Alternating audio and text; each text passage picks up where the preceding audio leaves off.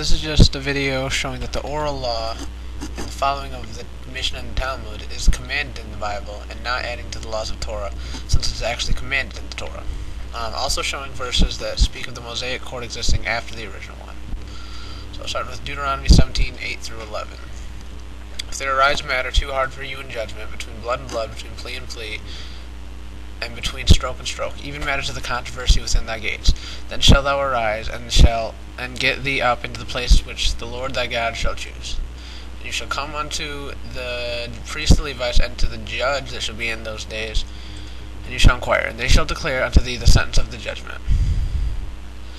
So on and so forth. And you shall do according to the tenor of the sentence which they shall declare to you, according to the law that they shall teach you, according to the judgment what they shall tell you, you shall do. You shall not turn aside from the sentence which they declare unto you, to the right hand nor to the left. And then Deuteronomy 1:16-17, saying how he charged their judges and how the judgment is God's. So the rulings of this court are actually God's rulings because God commands them to be followed. Exodus 18:13-26. It's pretty long. Probably not going to read all that, but talks about Moses sitting to judge the people. And this is just the setting up of the court. It was too hard for him, so he needs more help. So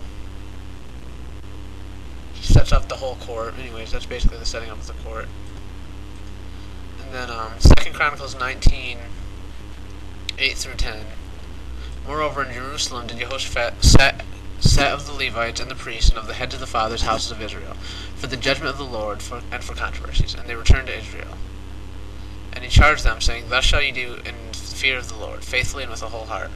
So this is just another example of the court continuing.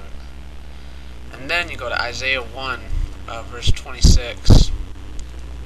And I will restore your judges as at the first, and thy counselors as at the beginning. Afterward thou shalt be called the city of righteousness, the faithful city.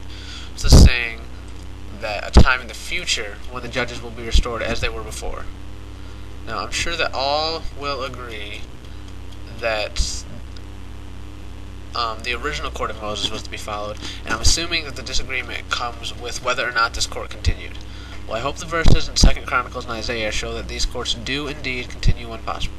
Now, if you continue to reject the oral law, I'm curious as to how exactly you do interpret these verses. So thanks in advance for the insight. Bye.